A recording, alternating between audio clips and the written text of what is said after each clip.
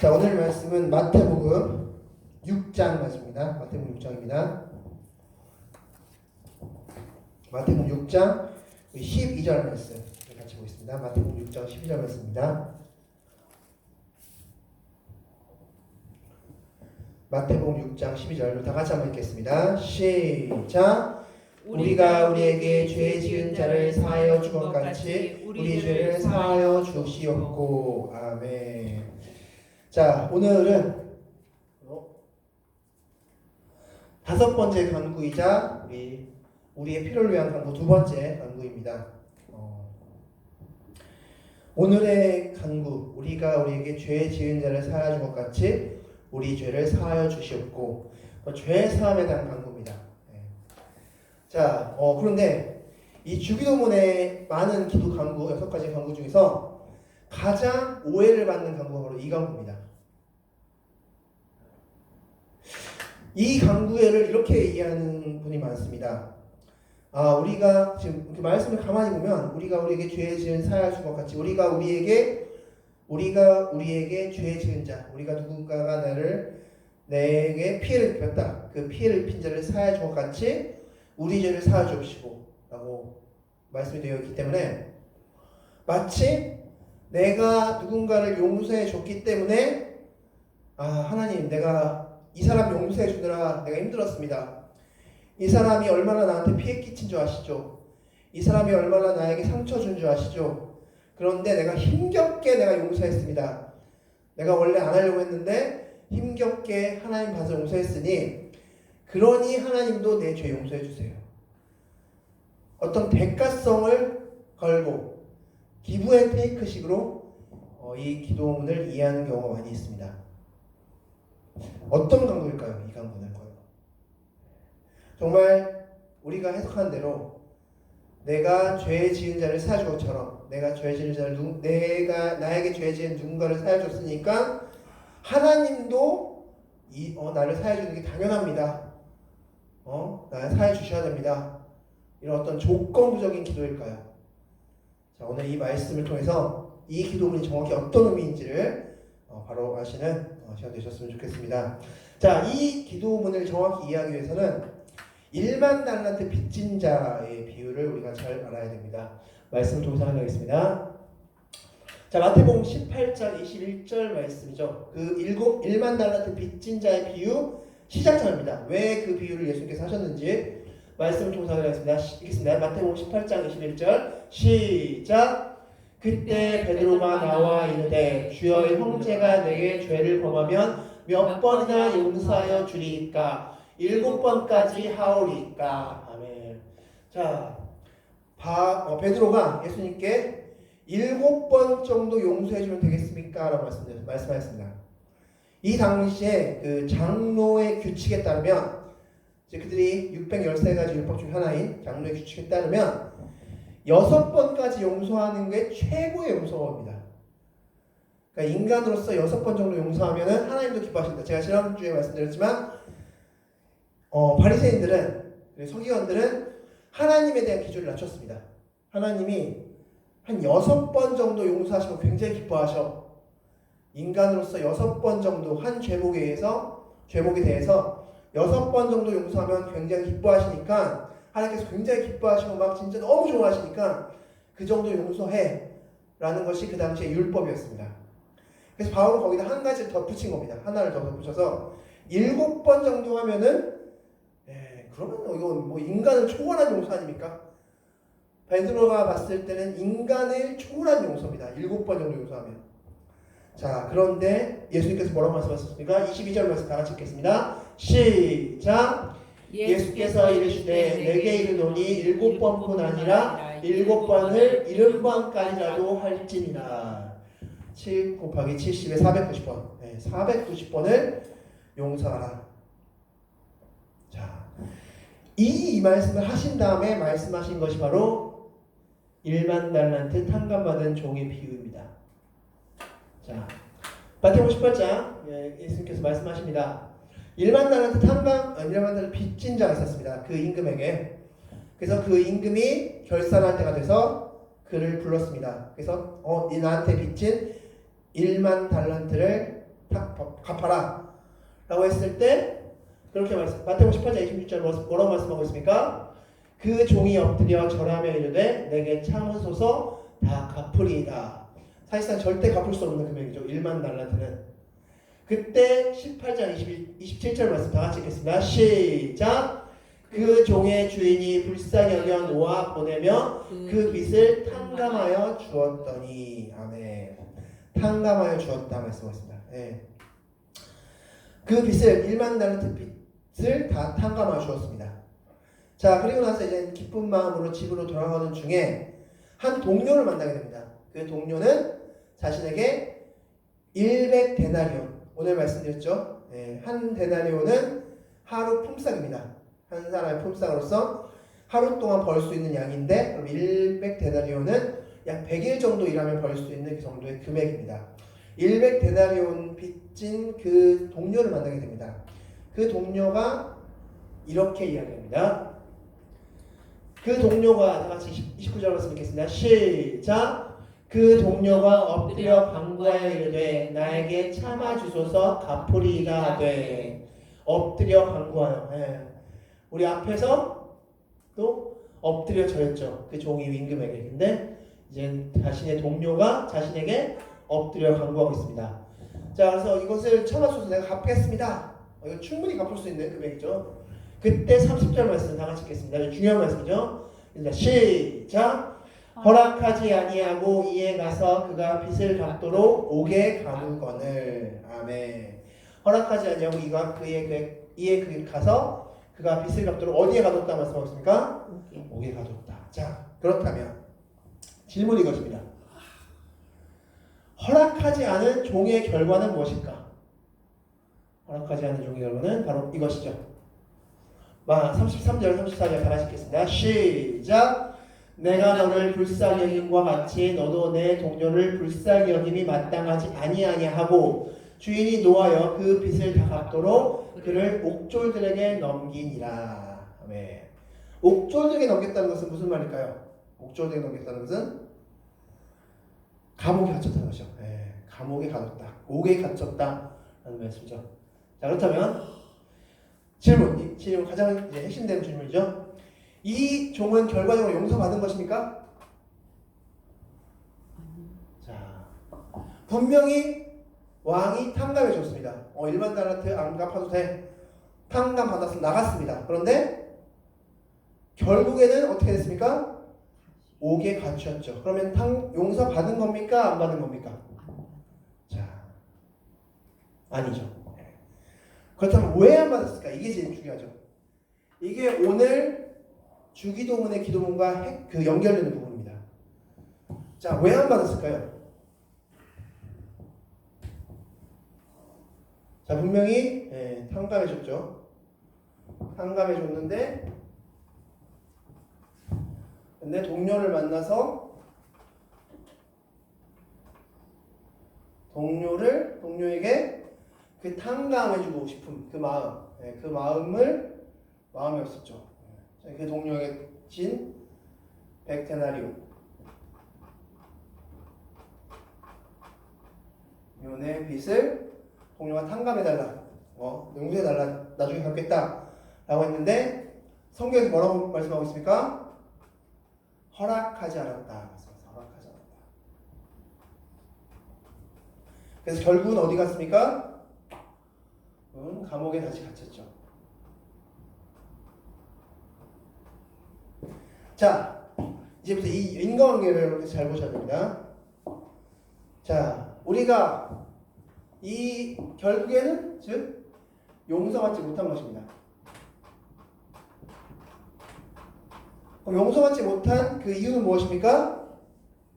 이 동료의 빚을 탕감해 주기로 허락하지 않았기 때문에.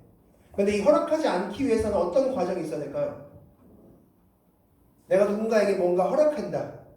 뭔가를 허락하기 위해서는 먼저 내 마음 가운데 어떤 마음이 있어야 됩니까? 불쌍해요. 허락하고 싶은 마음. 네, 그렇죠. 허락하고 싶은 마음이 있어요.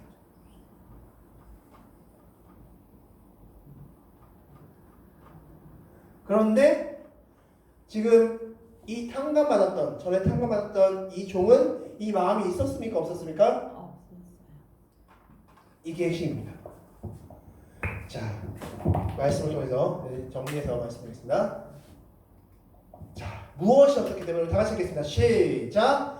그는 용서의 마음이 없었기에 용서받지 못했고 그 빚을 오로지 자신이 짊어지게 되었다. 그러면 자, 용서받지 못했습니다.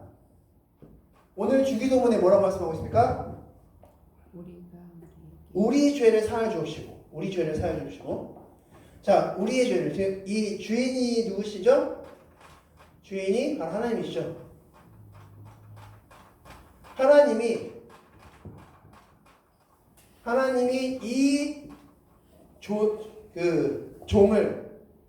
이 종을 결론 가서는 용서하지 않았습니다. 그 이유가 무엇이었죠? 이 마음이 없었기 때문에. 즉, 자 이제 여러분 좀 정리가 되시나요? 자, 주기도문의 간구의 원 의미를 지금부터 같이 읽도록하겠습니다.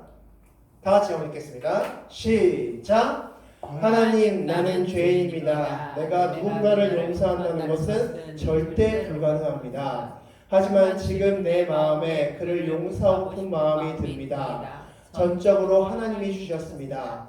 감사합니다. 이 마음의 원 주인이신 하나님, 나를 불쌍히 여기시사 지금 내 죄를 용서하여 주옵소서. 아멘. 어떤 마음이 든다고 말씀하셨습니까? 용서하고.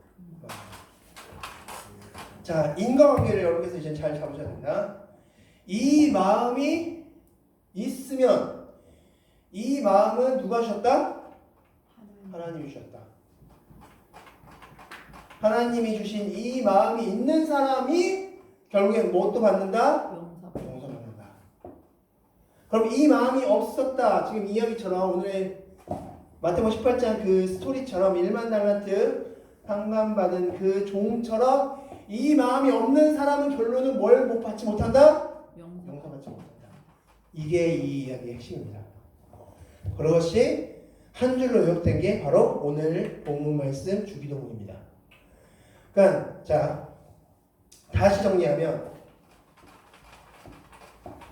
우리가 기도할 때 우리 이 기도문을 잘못 이해해서 나에게 피해를 끼친 사람, 나에게 피해를 끼친 사람을 내가 용서했다. 그러니 하나님도 나를 용서하는 게 당연합니다. 라는 기도문인가요? 아니요. 어떤 기도문일까요? 이 피해를 끼친 사람을 용서하는 마음을 누가 주셨습니까? 하나님이 주셨으니 내가 하나님 이 사람을 어떻게 용서합니까? 난 절대 용서 못합니다. 내 마음 가운데 용서의 마음 자체가 없어요. 사랑의 마음 자체가 없어요. 다 하나님 주셨습니다. 이 마음을 주셨으니 너무 감사합니다. 그러니 하나님 나도 좀 이 마음 용서의 주인이신 하나님 용서 좀 해주세요.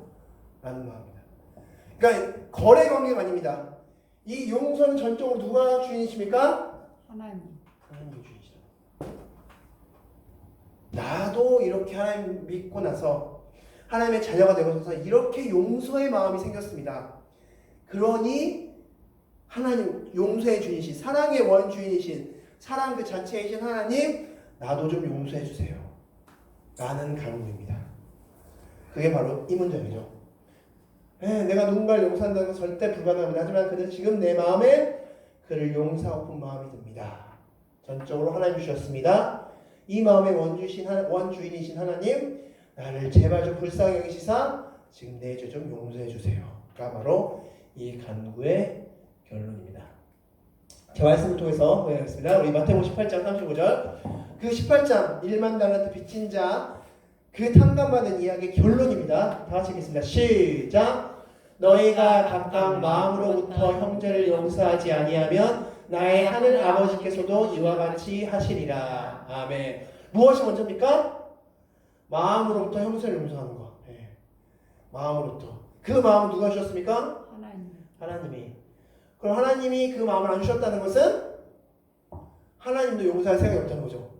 결국은 나에게 그 마음을 주셨다는 것은 하나님이 나에게 내가 하나님께 용서를 구하면 용서해 주시겠다는 거죠. 그 마음의 주인이신 하나님이시니까. 그러니까 내가 누군가를 용서한다는 것은 내가 잘해서, 내가 착해서, 내가 선해서, 내가 하나님 잘 믿어서 용서의 마음이 든 게 아니라 전적으로 누가 주셨습니까? 하나님이 주셨다는 겁니다. 자, 마태복음 5장 44절 45절 다 같이 읽겠습니다. 시작!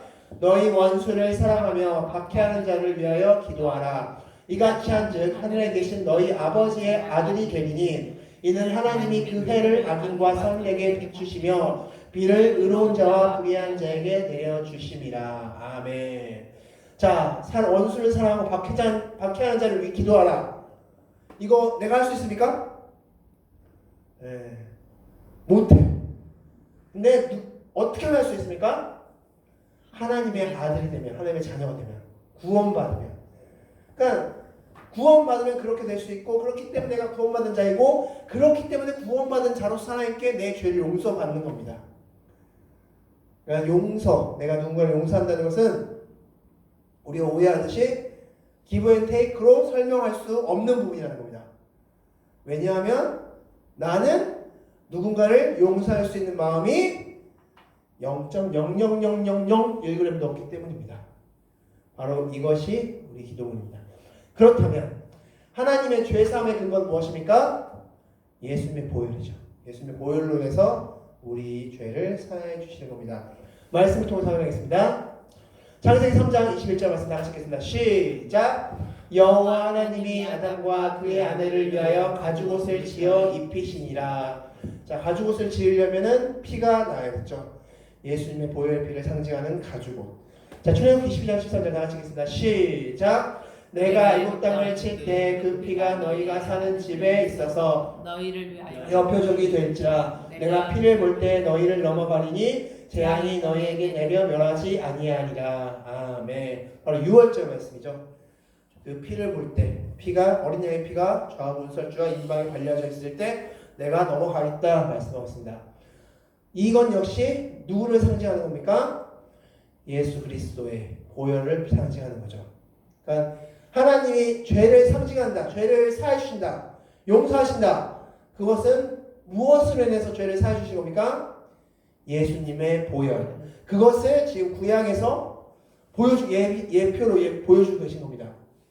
아담과 하와 때는 가죽옷으로 예표해 주셨고, 출애굽 시절에는 바로 어린 양의 피로써 유월절의 사건을 통해서 예표해 주고 계신 겁니다.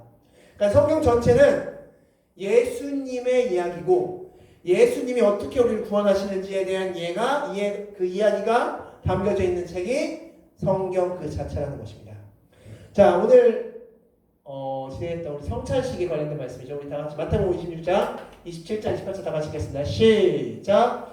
또 잔을 가지사 감사기도 하시고 그들에게 주시며 이르시되 너희가 다 이것을 마시라. 이것은 죄사함을 얻게 하려고 많은 사람을 위하여 흘리는 바 나의 피 곧 언약의 피니라. 아멘.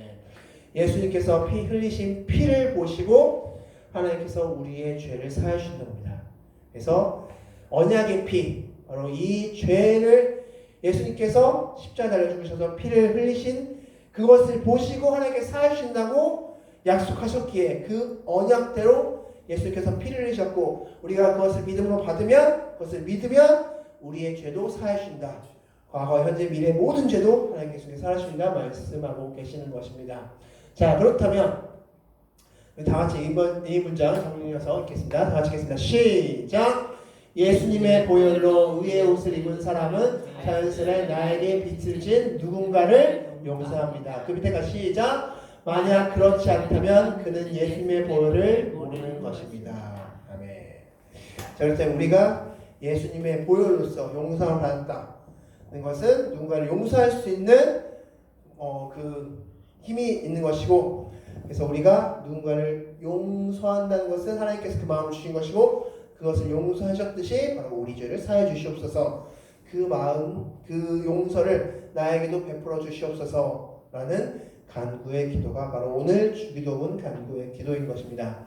자, 그렇다면 우리의 용서의 근거는 무엇입니까? 예수 그리스도죠. 네. 내가 잘나서요? 내가 착해서? 내가 신앙생활 오래 해서? 내가 선해서? 다 아니죠. 바로 무엇 때문입니까? 예수 그리스도 때문에 우리가 내가 다른 사람을 용서할 수 있는 것입니다. 바로 그 마음을 하나님께서 허락하셨던 것도 내가 하나님의 자녀이기 때문에 그 용서의 마음도 허락하신 것을 기억하시기 바라겠습니다. 말씀 통해서 하겠습니다. 자, 골로새서 3장 12절 13절 다 같이 읽겠습니다. 시작.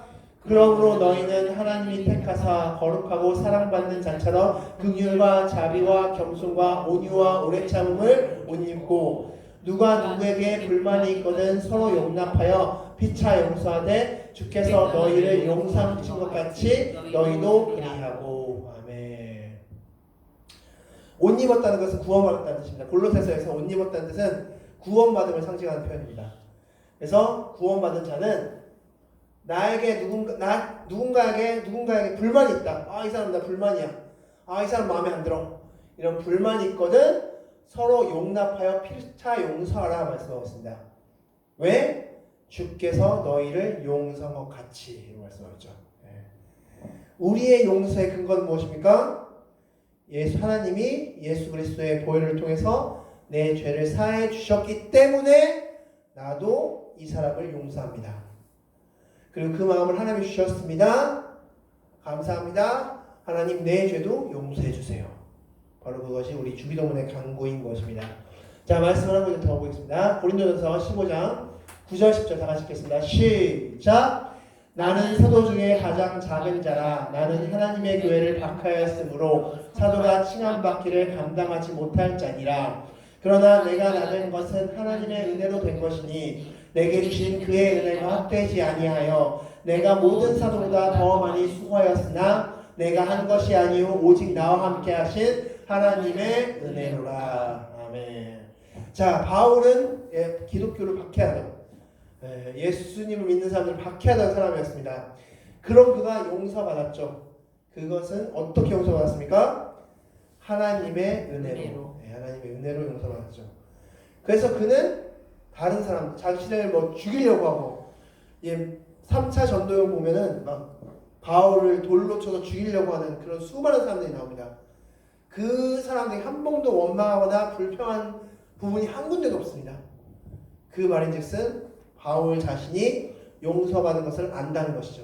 그래서 지금 내가 이렇게 된 것은 하나님의 은혜로 된 것이기 때문에 나도 다른 사람을 용서한다 라고 말씀하고 있는 것입니다. 자, 우리 다음 마지막 마음 결론 내리고 마치도록 하겠습니다. 다 같이 읽겠습니다. 시작. 주기도문의 네 번째 간구인 우리가 우리에게 죄 지은 자를 사하여 주었같이 우리 죄를 사하여 주옵소서는 탕감받은 죄인은 마음으로부터 누군가를 용서할 수 있으며 하나님이 예수님의 보혈을 근거로 용서하셨듯이 우리도 예수님의 보혈을 근거로 용서할 수 있으며 용서하겠다는 간구입니다. 용서의 마음의 주인은 하나님이시라는 고백입니다. 아멘. 자, 그래서 이 기도문 하실 때마다 늘 기브 앤 테이크가 아닙니다. 내가 용서 열심히 힘들게 하나님 용서한 거 아시죠? 내가 이 용서하는 데 힘들었습니다. 내 감정 다 죽였습니다. 용서하는 데 힘들었으니까 하나님도 나 좀 용서해 주세요. 나는 기브 앤 테이크식의 기도가 아니라 하나님이 나에게 용서의 마음 주셨습니다. 감사합니다. 내 죄도 용서해 주세요. 불쌍히 여기사 용서 좀 부탁드립니다. 용서해 주세요. 라는 간구의 기도 제목임을 기억하시기 바라겠습니다. 자, 아이드벨크 우리 126문 질문과 답변 읽고 마치도록 하겠습니다. 자, 질문 읽겠습니다. 126문 질문 읽겠습니다. 시작. 주기도문의 다섯째 간구는 무엇입니까? 다시 읽겠습니다. 시작. 우리가 우리에게 죄 지은 자를 사하여 주것 같이 우리 죄를 사하여 주옵소서라는 간구입니다.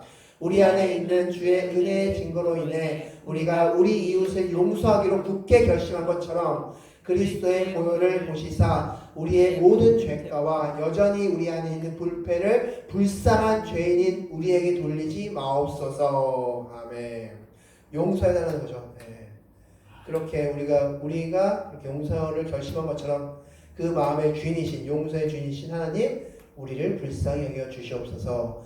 라는 강구임을 기억하시기 바랍니다. 주여. 그래서 이 기도를 할 때마다 우리가 어떤 존재인지, 주여. 또한 내가 용서한다는 것이 어떤 의미인지, 그리고 하나님이 용서해 준다는 어떤 의미인지를 되새기시면서 기도하시는 여러분들이 되시기 바라겠습니다. 아멘. 기도하겠습니다.